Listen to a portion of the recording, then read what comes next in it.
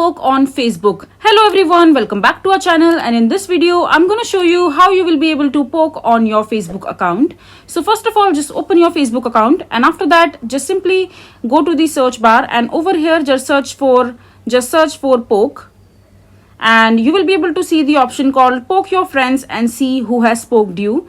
So just simply tap on it, and over here you will be able to see the list of the friends who have poked you in the past and the people you have following or your friends that you're following on your Facebook account that you can poke. So this is a brand new Facebook account, so you can't see any friends on this particular account of mine. But if you have people in your Facebook account that you are following and people who have poked you in your Facebook account, you will be able to see the list over here in the poke section.